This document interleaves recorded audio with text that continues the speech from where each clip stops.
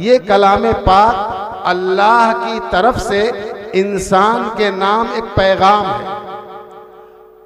आप सब हजरात जानते हैं, अगर कोई कंपनी, कोई फैक्ट्री, अगर कोई मशीन बनाती है तो उस मशीन के साथ साथ एक डायरी और एक बुक उस डब्बे में, उस पैकेट में, उस बंडल में डाल देती है।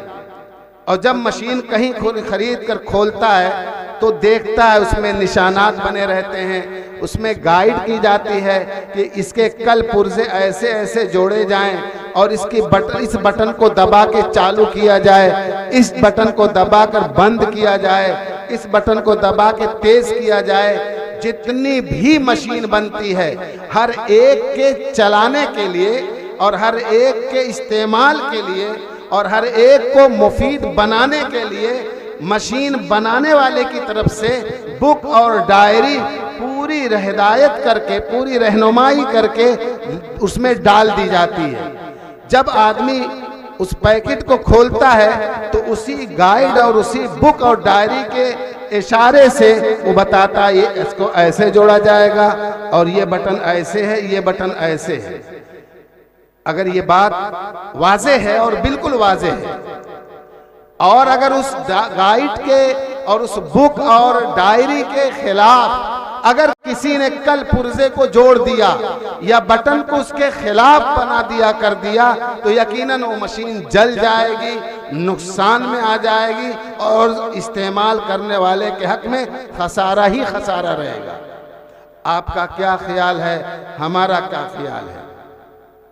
अल्लाह रब्बुल आलमीन ने ये एक मशीन बनाई है, इसके बहुत कल पुर्जे हैं, इसके जाहिरी आज़ा हैं, इसके अंदर आज़ा हैं, इसके अंदर बहुत सी सलाहियतें हैं, बहुत सी नसें हैं, बहुत से जिस्म के टुकड़े हैं और बहुत सी खूबियां और बहुत सी सलाहियतें और बहुत सी तबीयतें अल्लाह ताला ने इनके अंदर भर दी हैं।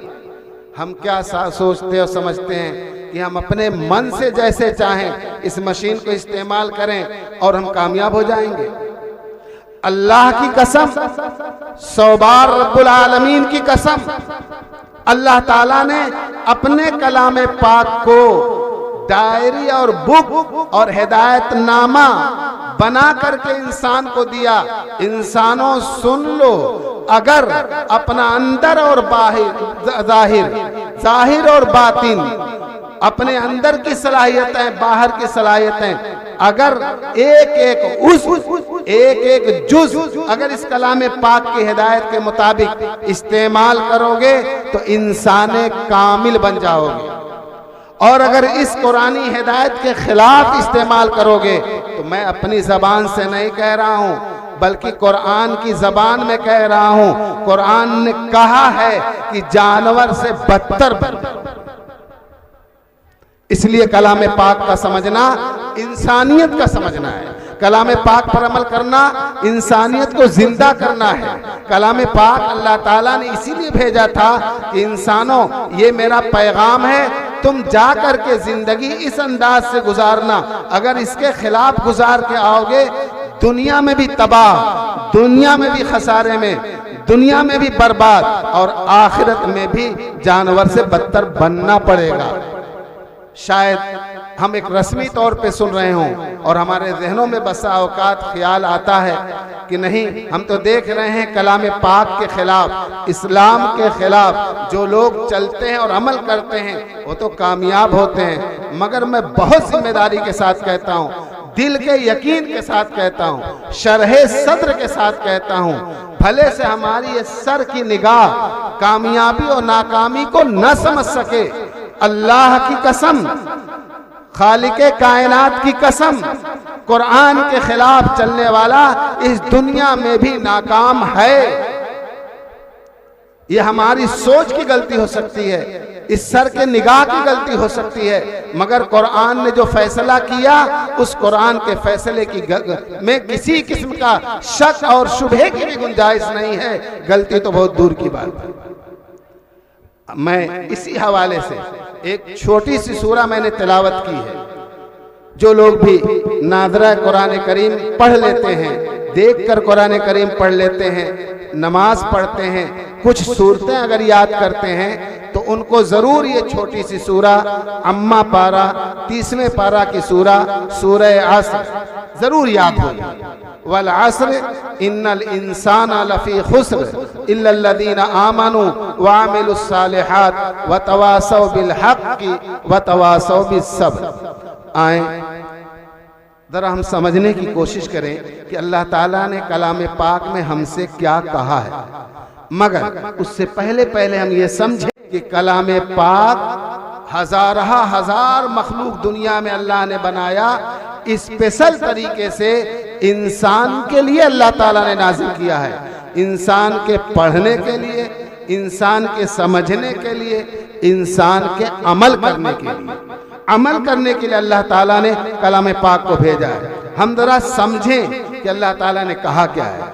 अगर कोई बड़ा आदमी कह दे ऐ फलां, हम फौरन झुक जाएंगे, मुतवज्जे हो जाएंगे। लेकिन आप जरा सोचें, कायनात का रब, दोनों जहान का बादशाह, जिसके हुक्म के बगैर दरख्त का कोई पत्ता हिलता नहीं है, वो रब्बुल आलमीन पुकारता है या युवन्नास, ऐ लोगों। हम समझते हैं 1400 साल पहले जो लोग थे सिर्फ अल्लाह ने उन्हीं से कहा ऐ लोगों, नहीं, जैसे 1400 साल पहले लोगों से अल्लाह ने कहा ऐ लोगों, यकीनन ऐसे ही आज भी कुरान करीम हमको खिताब करता ऐ लोगों। तो रब्बुल आलमीन हमसे कह रहा ऐ लोगों, यानी कुछ कहना चाह रहे हैं अल्लाह ताला।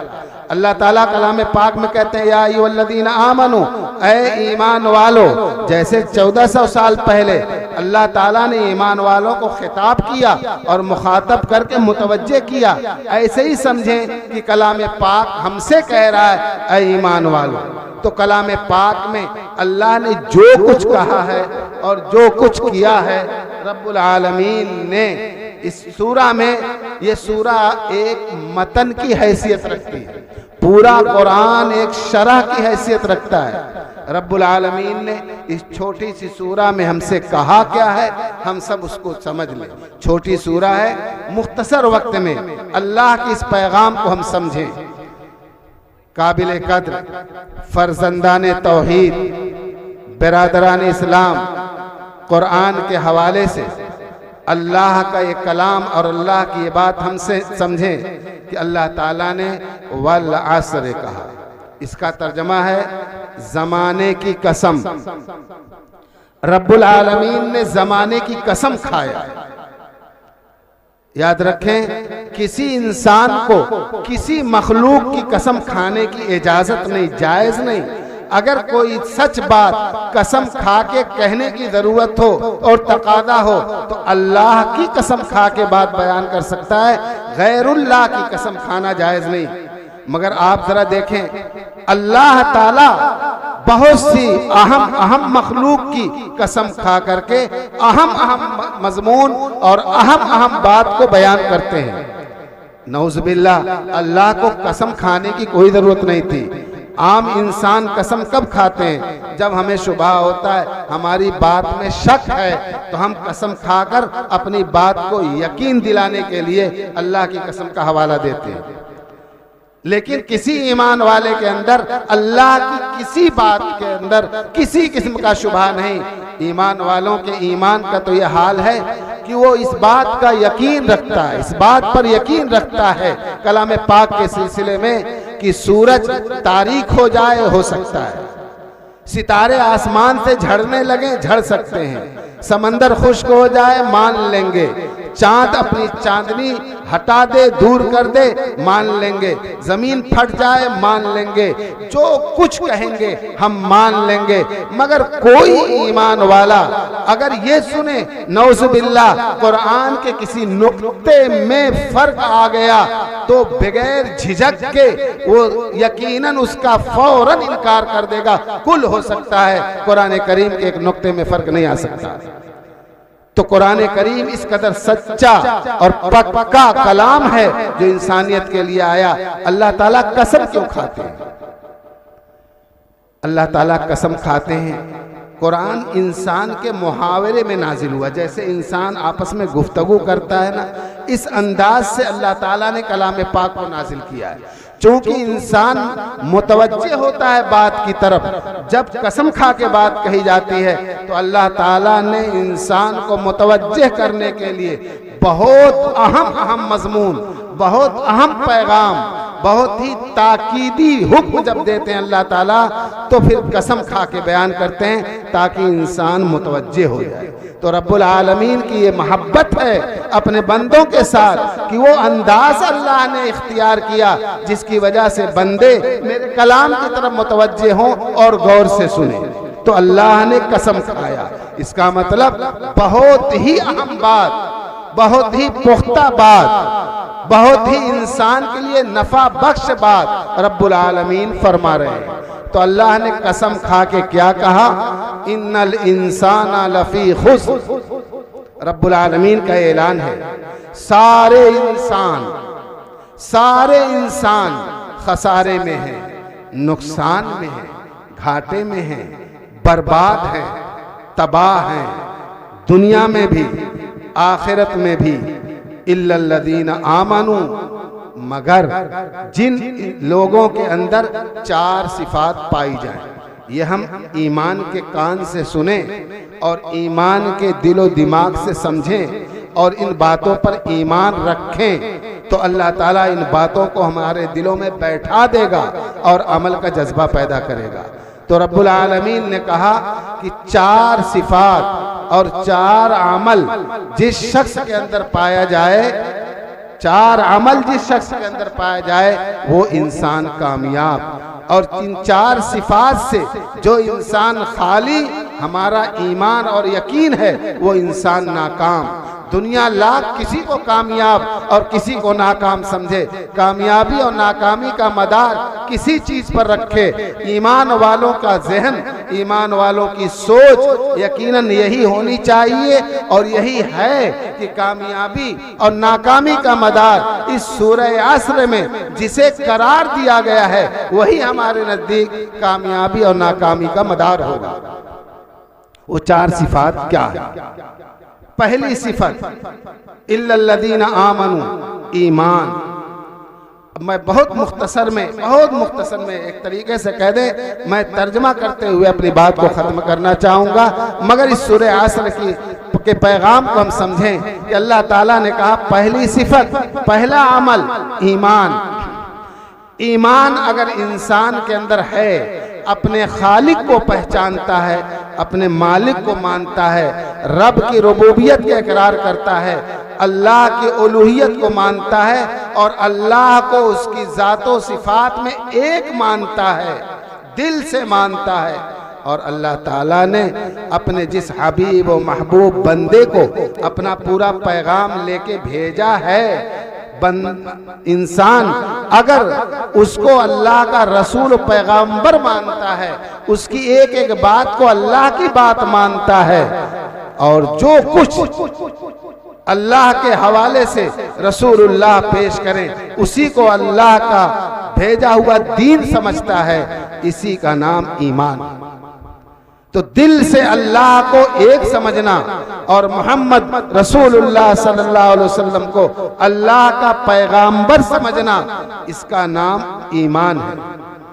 ईमान के बगैर कोई तसव्वुर नहीं कि इंसान बनकर जिंदगी गुजार ले, जो अपने मालिक का और खालिक का बागी हो, मुखालिफ हो, गद्दार हो, जिसकी जिंदगी अल्लाह की तरफ से जिसे जिंदगी मिली हो, एक एक सांस अल्लाह की तरफ से हो, तो उसका इनकार कर दे तो वो इंसान रहेगा। तो ईमान के बगैर कोई इंसान कामयाब नहीं हो सकता। ईमान की कीमत हम तो अंदाजा लगाना चाहे तो नहीं लगा सकते।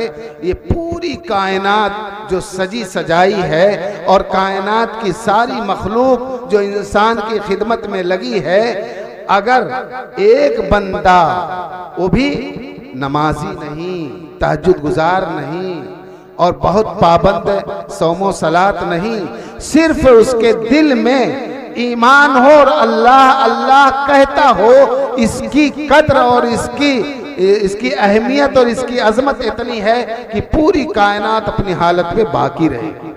और जिस दिन ये भी बंदा नहीं रहेगा, अल्लाह ताला पूरी कायनात को दरहम बरहम कर देंगे। ईमान के बगैर आप लाख अच्छा अमल करें, अल्लाह के नजदीक कोई काबिले कबूल नहीं है। ईमान इतनी बड़ी चीज है।